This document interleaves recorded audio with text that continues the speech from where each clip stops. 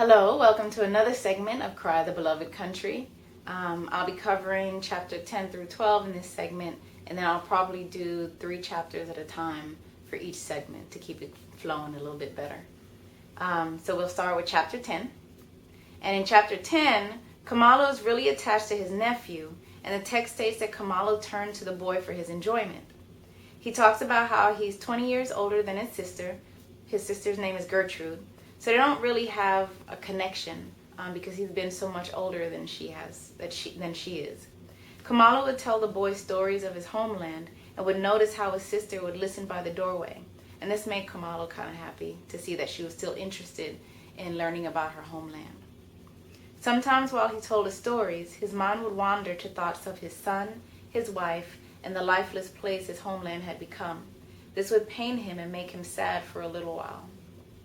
We see the repeated motif or recurring image or symbol when it states, "It was a place of old women and mothers and children. From each house, something was gone." So the author, that was the 3rd time that he's mentioned that phrase in the novel so far about how Kamala's homeland is a place of old women and mothers and children. And he's just reminding us that the lifeblood of the community has gone. The young people left, the men left, so just like I said, the lifeblood has left the country. Kamala becomes philosophical, and he muses about how remembering the hills and rivers when the land used to thrive heals a person.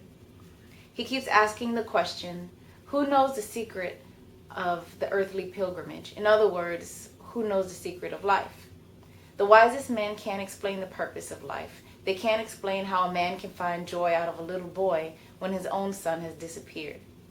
Then in the next section, Simangu and Kamala go to Shantytown, where we learn about how black nurses and doctors are being trained by the white friends so that they can come back and help their own people.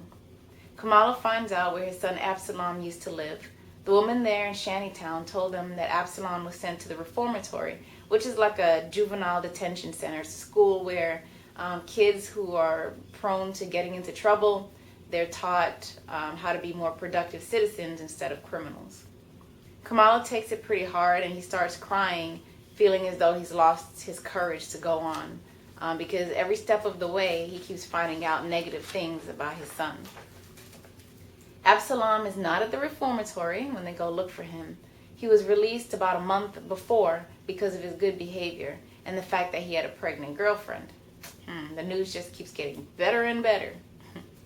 Absalom had told the people at the reformatory that he had no people or he had no family. So they took it upon themselves to arrange a wedding for Absalom and his pregnant girlfriend. But it seems as though Absalom does not want to be found. Yet again, he seems to be one step ahead of his father because when they go visit his house, they find the pregnant girl who tells him that Absalom has not been around since Saturday and today is Tuesday. So he's been gone for a few days. And they know that's not normal. So everybody guesses that he's abandoned the girl and pretty much slapped in the face all the people who've tried to help him up to this point. He pretty much seems like a con artist. I mean, that's the image that we're getting of him so far. Kamala wants to help the girl, but Simangu dissuades him because he tells Kamala that he can't help anyone here. You know, this girl is just going to end up pregnant by some other guy. And who knows how many girls are out there that's going to claim that Absalom is their baby's daddy. So he kind of, he's very bitter. Simangu is very bitter about the whole situation. He seems like really angry with the girl for being pregnant, as if she was the only one who got herself pregnant. But later on, Simangu apologizes to Kamala for his behavior and his attitude. And then at the end, Kamala asks Simangu to take him back to see the girl one day. And Simangu agrees. Chapter 11. This chapter is filled with sadness. It also paints a picture that is all too familiar in racially torn, impoverished areas. At the mission house, where the priests all get together to eat and talk, one of the priests brings in a newspaper. And the headline, it's pretty bad. It's pretty sad, but it reads, this is page 103, and it reads, "Murder in Parkwald. Well-known city engineer shot dead. Assailants thought to be natives.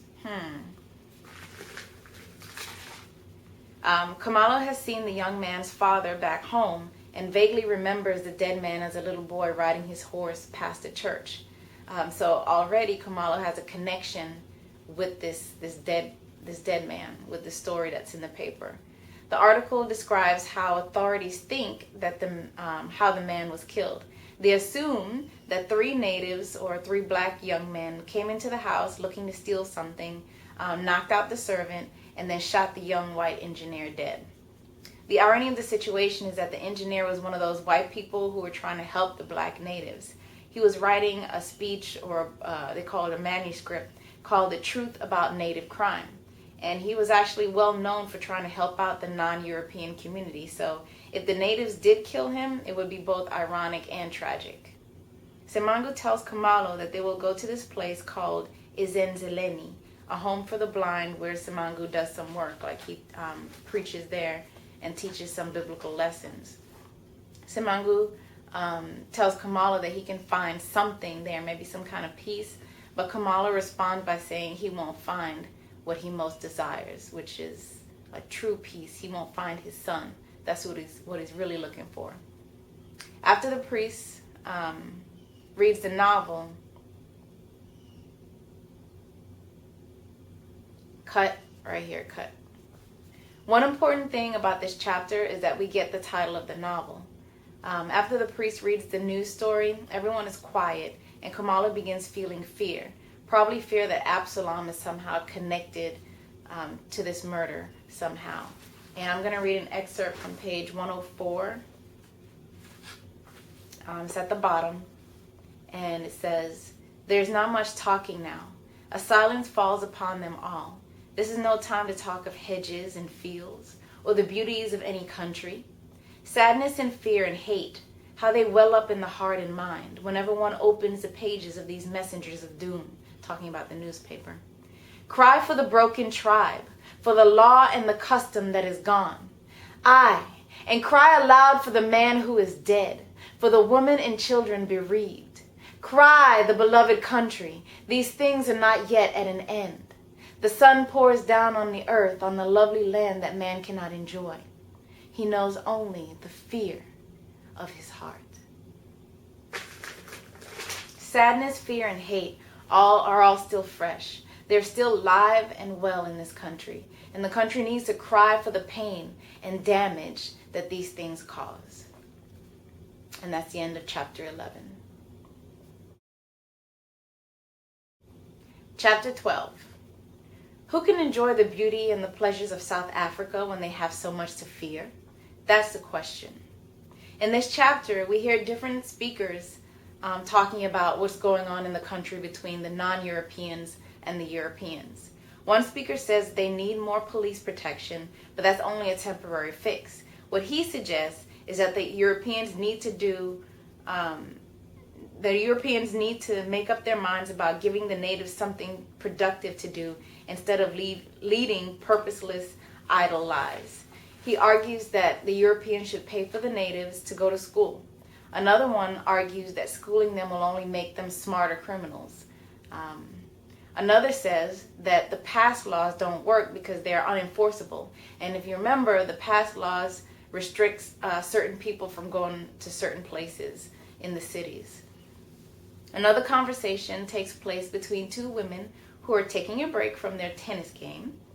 And they're talking about how they should build a separate recreation center for the natives away from the Europeans. So these 2 women, they pretty much want to have nothing to do with the black people, the natives. They just want everything separated. Sounds familiar? Some people cry out for complete separation, and others cry out for more privileges for the natives because they say that the reason why they're criminals and why they're killing non-Europeans and things like that is because they're not given a chance. They're not given a fair chance. They get the worst of everything. So of course you're going to turn out to be a criminal. You're going to steal because you're not getting food, and you're not allowed to work in order to get food or enough money to buy the things that you need.